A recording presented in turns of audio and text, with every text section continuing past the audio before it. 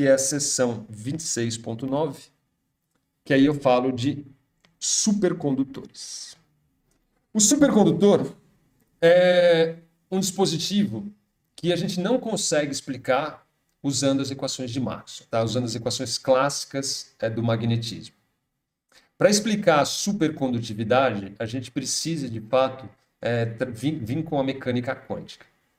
Então, mais do que explicar as propriedades por trás dos supercondutores, os pares de Cooper que facilitam as quantias e tudo mais, eu quero aqui mostrar algumas propriedades desses supercondutores.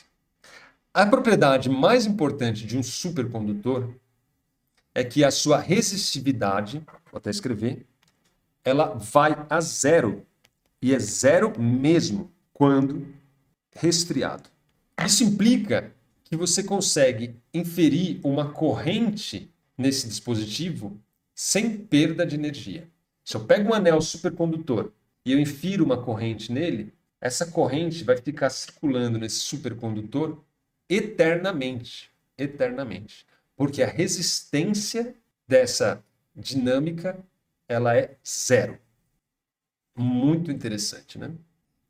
A busca por materiais supercondutores e que se tornem supercondutores a temperaturas ambiente, quando a gente fala resfriado aqui, ó, entenda da ordem de 4 Kelvin, de forma que a busca por aumentar essa temperatura, né, você alcançar esses materiais supercondutores a temperaturas mais elevadas, é uma busca de toda a sociedade que estuda ciências dos materiais. Vale enfatizar que não é todo material que vira supercondutor quando você diminui a temperatura.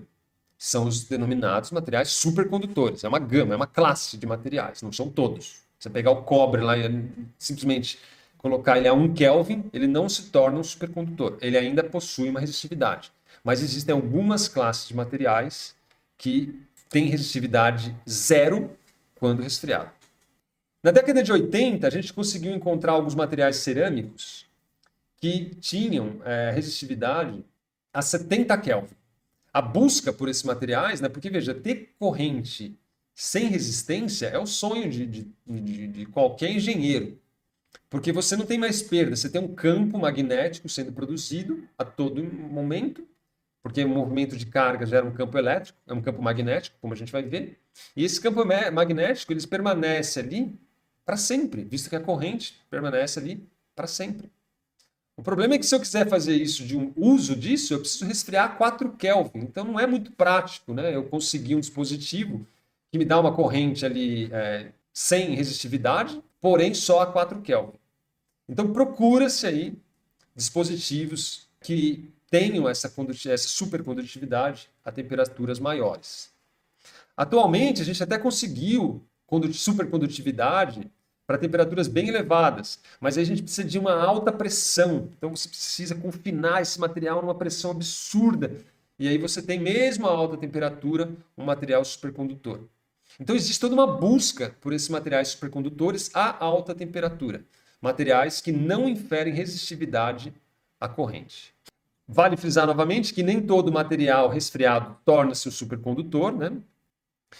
Alguns desses materiais que se tornam supercondutores são inclusive isolantes à temperatura ambiente, mas quando resfriados se tornam materiais supercondutores. Essa supercondutividade, como enfatizei, ela está relacionada com os efeitos quânticos, principalmente, e isso está relacionado ao que a gente chama de pares de Cooper, tá? Então os elétrons, eles começam, bem a grosso modo, a se comportar como gêmeos, né, como pares.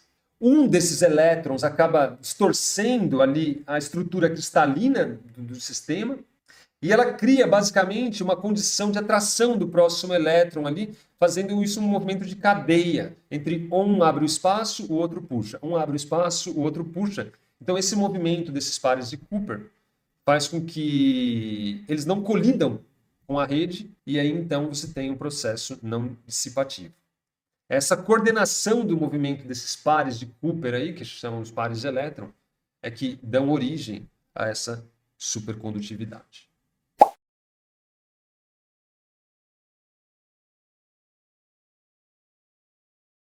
Olha, tem muitos dispositivos que funcionam em sistemas criogênicos, tá certo? Por exemplo, computadores quânticos. Os computadores quânticos, muitos deles, né, tem várias frentes, né, atacando o desenvolvimento de computadores quânticos. Mas um deles usa o que é chamado de junções Johnson, que são dispositivos supercondutores.